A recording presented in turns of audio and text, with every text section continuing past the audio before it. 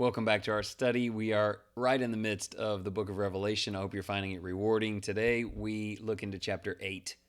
The Lamb breaks the seventh seal, and there is a profound silence in heaven for about half an hour, creating a sense of awe and anticipation. 7 angels stand before God, each given a trumpet to sound. Another angel offers incense on the golden altar, and smoke rises with the prayers of the saints. The first trumpet brings hail and fire mixed with blood, burning a third of the earth and its vegetation. The second casts a fiery mountain into the sea, turning a third of the sea into blood. The third causes a blazing star called Wormwood to fall, poisoning rivers and springs. The fourth darkens a third of the sun, moon, and stars. Then an eagle cries out loudly, warning that even greater woes are still to come.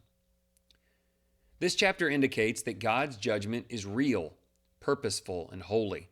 When the Lamb opens the seventh seal, heaven falls silent, emphasizing the seriousness of what is to come.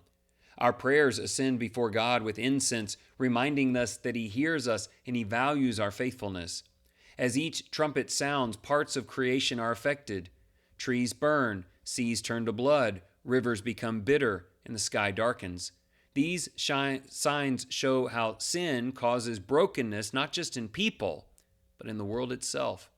We are called to live with urgency, to take God's warnings seriously, and to trust His timing. Even in judgment, God shows mercy by giving time for repentance.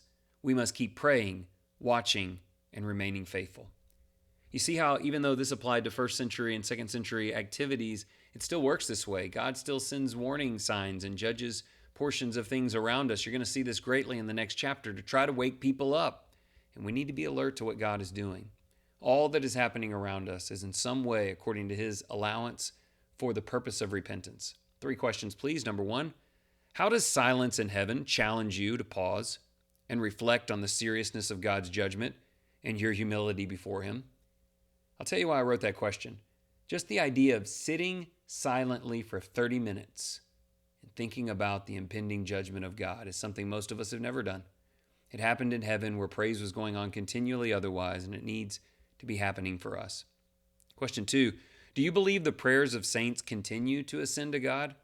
How does that imagery affect your emotions when engaged in prayer? That's what was happening then, the prayers of the suffering. It was incense or combined with it and went up to God. Is that still the way the fragrant aroma of supplications go to God, even yours? That ought to be a very emotional experience knowing where your words are going. Question 3, how should the trumpet judgments affect the way you view sin, creation, and the urgency of living a life that honors and obeys God? So sin, in that judgment will come against it, sometimes now in ways, and ultimately in the end, creation will be destroyed. This natural world is not your friend, your solution. It's the thing that gets taken up as a result of sin. And so what's the urgency? A spiritual, ongoing, deepening relationship with God and His people. Let's pray. Heavenly Father, we come before You with reverence and awe. As silence filled heaven when the seventh seal was opened, help us to pause and reflect on Your holiness and justice. You hear the prayers of Your people, and we trust that our voices rise before You like incense. In the midst of judgment, remind us of Your mercy and patience. Strengthen our faith as we witness a world broken by sin. Keep us alert, humble, and faithful. Let us never take lightly Your warnings or Your love. Draw us closer to You as we trust in Your perfect will.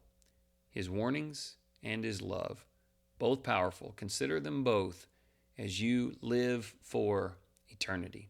Thank You for your time.